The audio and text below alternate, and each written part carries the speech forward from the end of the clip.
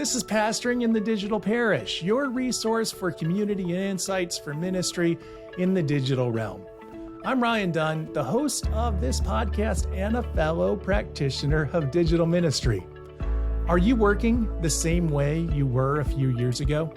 Between meetings and lesson or sermon prep and office setup, does your 2022 work life look like your 2017 work life? I doubt it.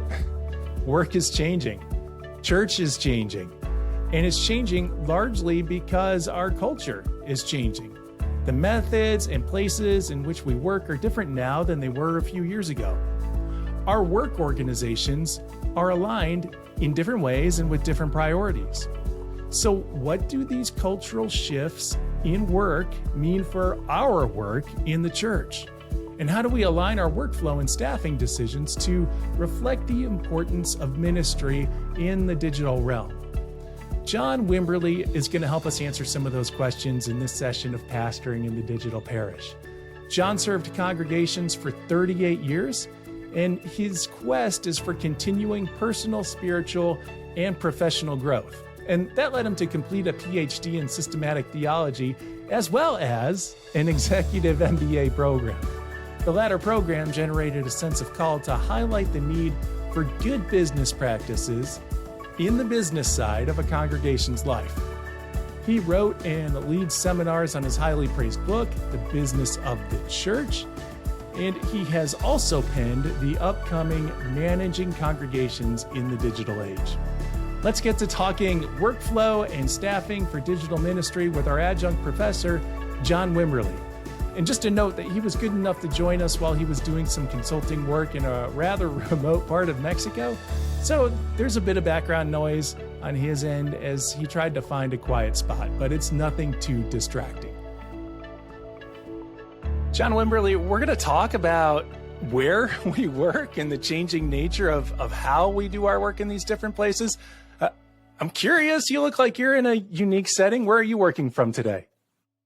So I work virtually now from Mexico. We live in a place called San Miguel de Allende, and I don't take any jobs where they want me to fly anymore. During the pandemic, I had more business than I've ever had, and I learned that you lose nothing working virtually, the kind of work I do. Yeah. And so and it saves the client having to fly me in there and the expense that's involved in that as well. So Mexico, San Miguel de Allende.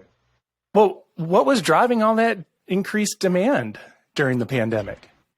So it was like a jump start for a lot of churches, and you know they just all of a sudden realized nothing's going to be the same when we come out of this, and we are using models for ministry that sometimes worked in the 20th century, definitely don't work in the 21st century, and we need to think about that. So, I mean, the work I do is mostly strategic planning, but I've also, during the pandemic, I did a lot of work on staff redesign when people began to think about, okay, there's still going to be a lot of remote work done and remote meetings and all that kind of stuff.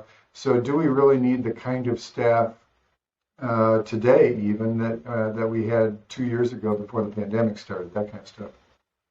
Well, let's dive into that then, as you brought it up, the changing nature of the staff and specifically in staff roles. Are staffs looking differently today than they were a few years ago in terms of program roles and ministerial staff?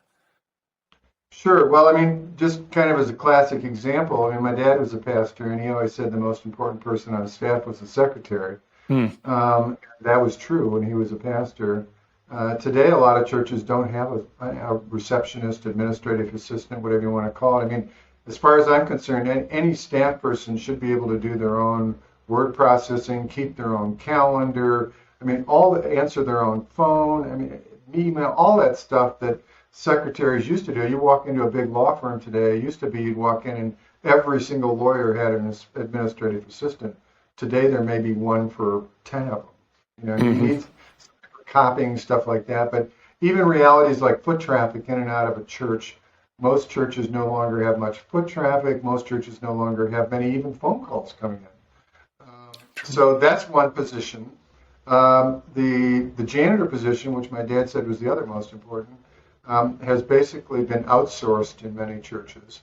And I've got mixed feelings about the success of that, but because you get a good price and good productivity from those firms in the first year they work for you, and then it starts to slide down as they take on more clients, and you just become one of the clients. And so, but the more interesting stuff is around the program staff itself. So, as an example, I interviewed a whole bunch of people for this book I wrote over the course of the pandemic. I said, "What's changing?" And the religious educators were the ones that were the most fascinating.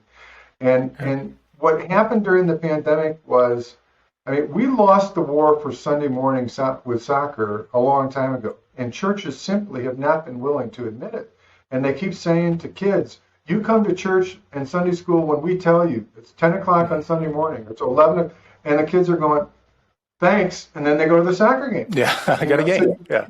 Yeah. So I had a church outside a major city in a suburb, and that religious educator said, "So, as you know, John, we've got about 500 people in worship pre-pandemic, and we had about 35 kids in Sunday school. I mean, it should have been a huge Sunday school because there was a lot of young people involved in this, and it wasn't." And she said, "So what we did during the pandemic was we created a YouTube channel, and I started creating content, or I searched for content and found it, and created Sunday school lessons for every week. And the participation rate more than doubled from what they had with kids who were actually coming into church, because the kids could access the Sunday school lesson anytime they wanted, 24/7. So we made it accessible on their schedule rather than demanding that they come to church for Sunday school on our schedule.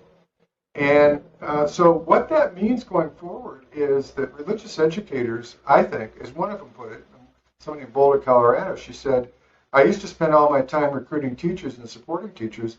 Now I'm going to be spending all my time finding content for virtual content for classes." So that's a huge change. Another change has to do, clergy, senior pastors, in my opinion, have never been terribly good at managing people, period, staff. And now they have to manage people who are working remotely. And, I get a lot of calls about this from clergy, and I talk to them, and I said, there's nothing different from managing someone who's sitting at home than someone who was sitting in an office down the hall from you, because frankly, you didn't know what they were doing sitting down the hall. They could have been sitting in there shopping on Amazon, right? Or going on eBay. So you don't know, So the question then becomes, how do you manage staff is really the issue, not whether they're virtual and remote or if they're in person in the church or the synagogue. And the answer there is you use metrics. In other words, you focus on production and you say, let's talk. Here's what I think would be a reasonable output from you over the next 3 months. What do you think? And then they come back and say, that's unreasonable, sure, or I could do even more, or where that conversation goes. But then you've got metrics, and you judge them on the metrics rather than whether they're sitting down the hall or they're sitting at home or they're sitting in a Starbucks. What are some of the metrics that you're hearing? Because it really, de facto, it used to kind of be rear ends in seats, right? So we would ask, how many kids were in Sunday school? That might be a metric. What are the metrics looking like now?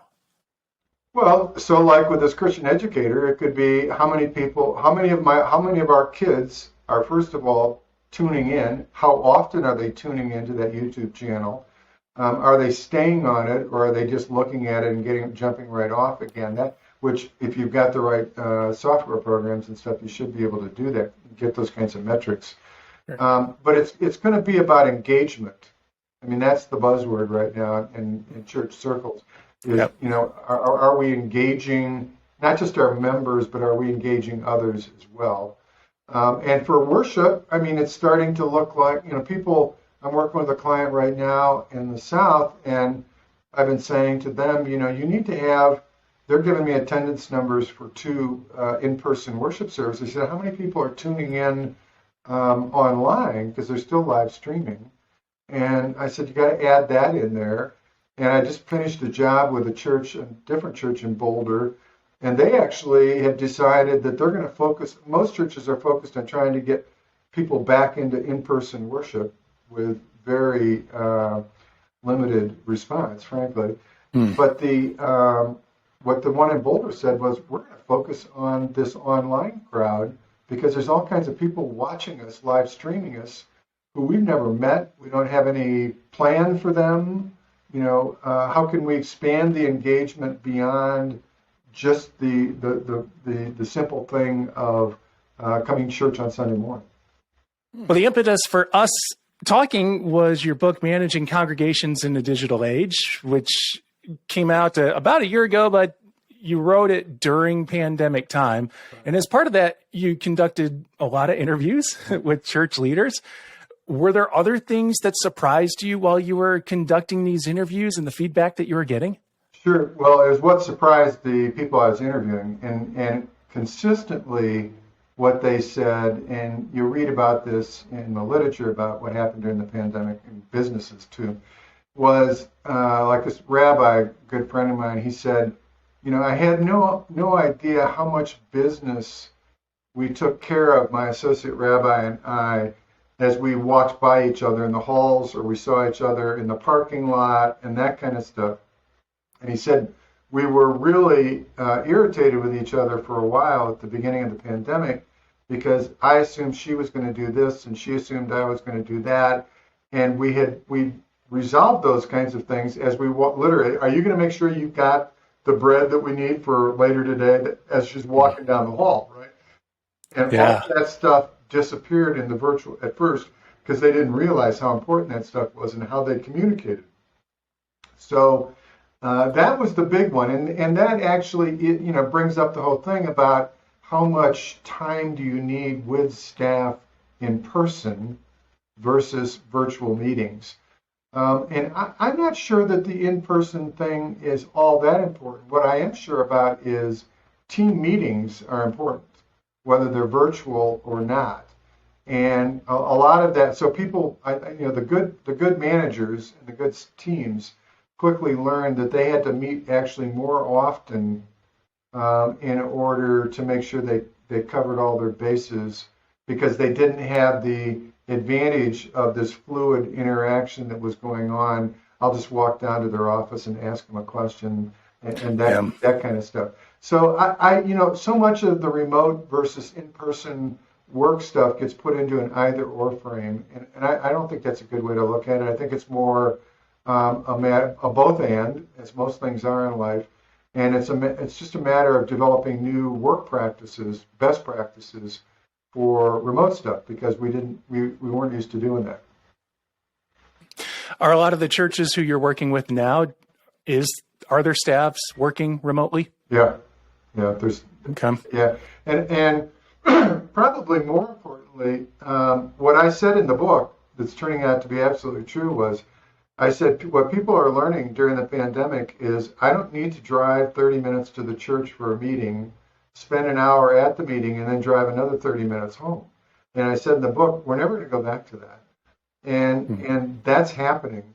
Now, I mean, there's as with everything, there's exceptions. I mean, I think church council, governing board meetings probably are better in person for the most part. But you can have quick ones on specific issues that are very time specific, that kind of stuff. But the regular committee meeting, we're just not going to go back to that. And I also argue in the book that it's more it like fosters diversity, because, for example, people my age, some of my peers don't drive at night, because as you age, you can develop problems with driving at night. They can attend a meeting, though, just by sitting at home on their Zoom and zooming into a meeting. Same thing with a young family that's got a couple of kids. They have to set up babysitting, childcare, that kind of stuff. And if they do it by Zoom, they don't have to. So I think it actually increases the ability for us to engage with certain demographics that we might not have been able to get to say, yeah, I'll be on that team or that committee. But now they will, because they know. And the other thing that's great about it is I always start out with every team I work with, and I go, you have no excuse for missing a meeting. I said, you can be in Maine, or you can be in California, or you can be in Mexico, but if there's an internet connection that's stable, you've got no excuse for missing a meeting. And that really works. Another one that was really interesting to me, I've had a couple of clients who have big off-season, on-season type. So in Nantucket, the on-season is the summer. Down in Florida, church I worked with in Vero Beach, the big season is the winter, obviously. And they've been able to plug the people who used to just leave, and that was it until next winter. They've been able to engage those people and keep them live streaming, keep them financially giving, keep them attending Bible studies, things like that. And so there's all kinds of possibilities in that regard that the smart congregations are really kind of going, I think we need to do that. There was a church in Louisville that I interviewed the pastor. They had one of the biggest Sunday morning adult ed programs I've ever seen. They had about 125 people, and most of them were older. And I called him about 3 months in, and I said, how'd that go? And he says, well, at first just stopped. He says, but then all these seniors learned how to use Zoom because they had to. Their grandkids taught them, somebody taught them. And he said, now we actually have more people engaged on Sunday morning with those Bible studies than we did before, because they've invited friends of theirs who are members of other churches who didn't keep up with technology and said, well, just come to mine.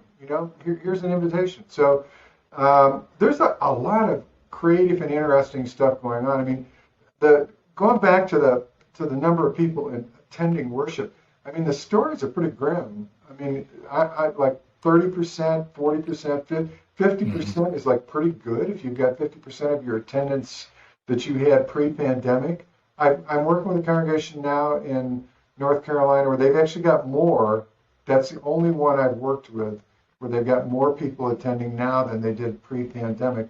But and that's been tough on the clergy in particular, because whether we want to admit it or not, we like performing, and we're standing up there on Sunday morning, and it's also energizing. I mean, so you're doing all this kind of administrative stuff and pastoral care and program stuff during the week, and then kind of the payoff was Sunday morning. You get there, and everybody's walking out saying, great sermon, John, that kind of stuff, and you get a charge and you go home and you feel good all day Sunday, and then you go back to work on Monday and all the stuff I mentioned. And not having as many people in worship has been difficult on the clergy. I'm hearing this from, I don't know what you're hearing, but I'm hearing that from so many clergy. Yeah, I hear that as well, especially in terms of just response that they get. The toughest sermon I ever gave was not like an ordination sermon or first sermon or anything like that, or even a tough topic. It was the first Zoom sermon I ever gave, because there is no response. And as you're up there talking, you realize, I've been at this for 10 minutes. I don't know how this is going over. You become super aware of just how long you're talking, right? And then there's this need to I got to wrap it up because I think I'm losing them, but you don't know. And that, yeah, no, that's a great. That makes it impossible. What's going on? Yeah. I would love to hear, if you know that church in North Carolina, what have they done that's helped bring people back to the sanctuary? Well, I just found out. I just saw the stats yesterday, but I'm sure I know. Which is they've got an incredibly dynamic new pastor. Okay. I'm just willing to bet that she's a heck of a preacher. Yeah, got it. So, what have been some of the limiting factors that you've heard as churches move towards this hybrid model of running their work days or running their staffing? So I guess what I could put is what the fear is. The fear is that people are never going to come back on Sunday morning. The fear is that even programmatically, people aren't going to come back. And again, some of this is just stuff that was already going on before. So as an example, you used to be able to do like a topical adult education class on a Sunday morning. Okay. Well, now, I can go watch lectures at Princeton or Harvard. I mean, the marketplace out there for content and the quality is so spectacular. How are we going to compete against that? And we are competing against that in our local churches. And so those are the kinds of fears. I mean, there churches and particularly clergy are figuring out that the competition has gotten a lot stiffer because of the way people access information and content. And so what are we going to do? I think the answer to that is, I'm a big believer in core competency. Organizations should do the things that they're best at. And what are we best at? We're best at spiritual development. I mean, that's what it is in the beginning. And that's what it's got to be at the end. And so I think it's going to force us back, rightly, to being less programmatic and more about spiritual development. How do we help our members grow as individuals so that as a result of their experience in First Church, whatever First Church that is, they go, this is like one of the most important things in my life because it's filling me up inside with a sense of worth and wellness that I can't get anyplace else. So that's our core competency is spiritual development. I mean, I spent my ministry doing mission type stuff, and I think that's a big part of spiritual development. But I do think that particularly the mainline churches got off into a direction where they were overly focused on providing program and basically duplicating stuff that nonprofits were doing in the community. It's like when benevolence budgets, the benevolence budgets started being, well, how much money do you give to mission? They go, well, we give $1,000 to Habitat for Humanity, and we give $500 to Food for the Hungry, et cetera, et cetera. Well, I mean, really? I mean, the members can give their own money to Habitat for Humanity and Food for the Hungry, et cetera, right? So there's that kind of stuff is what, I just think there's a big sorting out. I think we're going through another Reformation. And if you think about, the first Reformation was triggered by the printing press. I mean, Luther all of a sudden was able to distribute all of these pamphlets, basically rants across Europe. And that's what if he hadn't had the printing press, we wouldn't probably even know Martin Luther's name. And we've got the internet. And the internet is the equivalent in spades of what happened with the printing press. And so I think we're in a big sorting out of what works and what doesn't work. And whenever you go through these times of tremendous change, I think you go back to core competencies. What do we do? Like I've got a friend, I'm so proud of him. He still has a Bible study every week. He's the pastor of a pretty busy church, still leads a Bible study every week. And it's that kind of stuff, I think, that's going to ring true to our members. And is he doing that Bible study online? No, he does that one. Okay, he does that. Room and people come to it. And now that you say that, I'm going to suggest that he do it online. Maybe not that one, but that he have another one that's sure. Online. Go, thanks for doing my work, John. Right. It doesn't have to be different. It's just he can almost do the same thing online. Right. And maybe one of the reasons why we hold off from doing some of that stuff online is because we do hear about people getting fatigued from online meeting. Like really we used to complain about church meetings before, right? And the volume of church meetings before.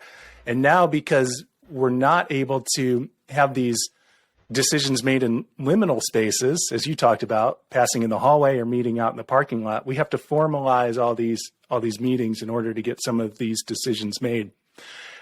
And that just leads us to a fatigue. Oftentimes we hear it called Zoom fatigue. Right. You brought up some practices. Would you mind sharing some of those that keep people involved in Zoom meetings or virtual meetings? Right. Well, first, and this is true in most businesses, you cannot turn the camera off. I mean, church people like to turn their cameras off. And I find it, first of all, just irritating, but it also means that they can tune out. And you can watch people if they're doing like this and they're looking, they're looking at their email. They're doing something. Right. They're fiddling off the screen. They're Yeah. listening to Ryan. So, so I say that. I said, I give them an example. I said, I know when you're not paying attention here. I mean, I hate to seem like a school principal, but at certain points you got to. But the other thing is I call on people. If people just tune me out, that's fatigue. They start tuning you out. I engage them. I also use breakout rooms a lot. And even if it's a group of 10 people, I'd break them into a group of two 5-person groups. And that'll keep them more engaged because, again, they can't just kind of go off into some place reading their email and everything. So those are the big ones for me is watch just like you were talking about being a preacher and how difficult it is when you can't see people's eyes and can't see their body language. Well, you can't always see all the body language on Zoom, but you can see their eyes. And you should be able to tell whether they're engaged or not. And if they're not, ask them a question. Say, well, what do you think about that, Sharon? And now suddenly Sharon is engaged. I appreciated some of the ideas you had as far as gauging introverts as well, because I think there are extra steps to engagement in a virtual space. So we need to kind of up the level of invitation to participate. Dude, what are some of those introverted ways or ways of drawing out introverts in your virtual space? The big one is just simply the breakout rooms. You've got to put people in small groups. I mean, the literature is just overwhelming on this. If a group has more than 6 to 9 people, the introverts just aren't going to talk. And then you're going to get an angry email saying, you didn't give me a chance to talk. Well, I got a lot of those. It wasn't until I really started understanding introvert, extrovert in a different way, the Myers-Briggs definitions of those, that I realized why I was getting those emails. I go, what do you mean? She was sitting in the same meeting I was sitting in. She could have talked. But at any rate, so the big one is the group size. They not only want to talk, they will talk if they're in the proper setting. Well, that's something that you had to learn along the way as far as managing people. You alluded to earlier that the challenge of being a pastor today is in the managing of people, and said that is a challenge for a lot of pastors. And it's not because they're not necessarily good at it, but it's something that pastors don't get trained for. Right. So as we're moving into this new digital reformation, what are some of the other areas, or even if you had to design some seminary classes for future ministers, like what additional classes or training opportunities would you look for? Right. So my biggest fear is summarized in a phrase that a friend of mine in Fort Collins, Colorado, his pastor uses, and he says, high touch, high tech. And my fear is that what's going to happen is that people are going to use, it's not that they're going to, they consider a text message or an email a pastoral moment. And, yes, it can be, but I'll never forget one of my mentors who did a lot of prophetic preaching, and I wanted to do prophetic preaching. And I said, I don't understand how you keep your job. I've read some of your sermons, And he said, I never, ever miss a hospital visit. I never, ever miss a visit when somebody's got a death in their family or a problem in their family. He says, I go to the hospital almost every day when somebody's in the hospital. And that personal touch is again, a differentiator, a core competency that we've got. How many people have a really, another guy told me, another one of my mentors told me that he wrote personal notes to people.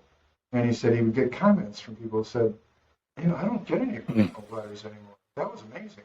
So, to me, it's about managing the personal touch. And if we as clergy and as Christians, as Christian communities, if our churches don't have a personal touch, I think I'm hearing this from all the clergy, is they're trying to figure out how do we reestablish the personal touch that we had when everybody came to church. So we know these people are still there. A lot of them are still live streaming us, but we can't shake their hand, we can't hug them. How do we ask them how they're doing? And if there's no coffee hour, all of that personal touch stuff. To me, if I was managing a staff in a church, I'd be talking about that every single week. And I think I'd have some metrics about that. How many people have you touched personally this week? How many people get hospital visits? How many, that kind of stuff. People never forget that. They will forget a prophetic sermon. They will not forget if you miss a hospital visit or if you don't mention the fact that their mother died or something like that. So. Yeah, that's really valuable. Well, is there a new project that you're working on now? You have another book in the works? No, I think I always say I'm done with my books. I think I am done with my books. But most of my work now is, more than 50% is what I call staff redesigns work, which is very interesting as people, what I'm telling people, they know because that's why they hire me. They're going, we've just been, when an associate pastor leaves, we hire another associate pastor. When a Christian educator leaves, we hire another Christian educator. We got to stop doing that because what we really need is a marketing and communications person, et cetera, et cetera. So they asked me to come in and help them figure out as staff turns over, because I won't go into a job if they say we want to eliminate a bunch of staff. I go, well, fine, but I'm not going to do it. But you can do that naturally as people leave, as they retire, they get other jobs, whatever. Is what do we do when Joe leaves or Jane stops and has no desire to be an associate pastor anymore, and so that's fun. I'm enjoying that because that opens up some real creative venues for thinking. I think there are far more opportunities than there are challenges today. I'm absolutely convinced about that. The opportunities that technology and the internet in particular give us are mind-boggling. So. Yeah, in a way, it's just a great opportunity to be creative and to explore a little bit more. Yeah, absolutely. Well, is the Congregational Consulting Group, is that the best way to reach out to you for questions? Yeah, if you go to congregational.consulting.com, and each of us, the consultants there, has an email link. So just use that, and I'll respond. All right. Great. Well, John Wimberly, thank you so much for giving us this time, for taking a break from your day in Mexico. Okay. Appreciate it, son. Okay, it's been so much fun, and thank you for your ministry doing this. A great follow-up to this session would be our Season 3 session with Nicole Riley, titled Leading a Church's Vision in Digital Ministry. Another good episode related to this topic would be Season 2's Digital Community as a Fresh Expression of Church with Roz Picardo and Michael Beck. I'm Ryan Dunn, and I'd like to thank ResourceUMC.org, the online destination for leaders throughout the United Methodist Church. They make this podcast possible. And of course, they host our website, pastoringinthedigitalparish.com, where you can find more online resources for ministry. I'll speak with you again in a new episode next week. In the meantime, peace to you.